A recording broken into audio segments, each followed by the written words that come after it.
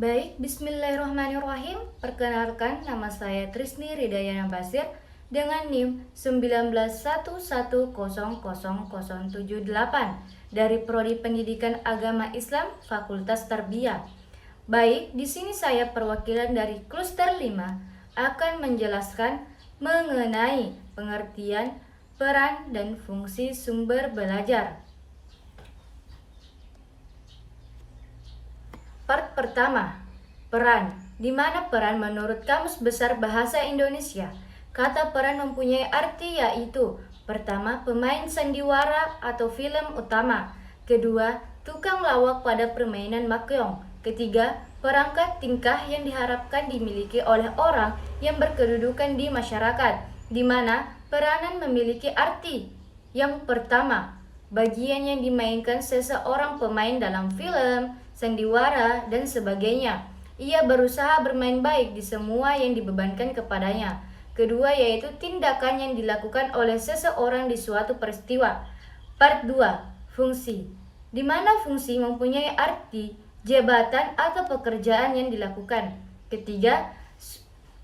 Part ketiga, sumber belajar, di mana sumber belajar berarti bahwa segala daya yang dapat dipergunakan untuk kepentingan proses atau aktivitas pengajaran baik secara langsung maupun tidak langsung di luar peserta didik di lingkungan yang melengkapi diri mereka pada saat pengajaran berlangsung. Adapun Arif S. Sadiman berpendapat bahwa segala macam sumber belajar yang ada di luar diri seseorang atau peserta didik dan yang memungkinkan atau memudahkan terjadinya proses belajar disebut sebagai sumber belajar. Peran sumber belajar adalah perangkat tingkah yang diharapkan dimiliki oleh orang melalui sumber belajar. Sedangkan fungsi sumber belajar adalah kegunaan sumber belajar. Adapun sumber-sumber belajar diantaranya, yang pertama yaitu guru atau dosen, kedua buku, ketiga film, keempat majalah, dan yang kelima yaitu peristiwa.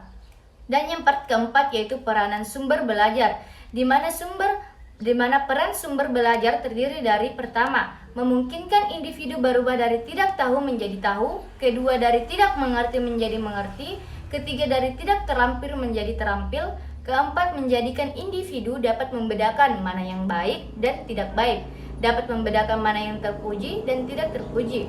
Jadi, segala apa yang bisa mendatangkan manfaat atau mendukung dan menunjang individu untuk berubah ke arah yang lebih positif, dinamis atau belajar, atau menuju perkembangan, dapat disebut sumber belajar.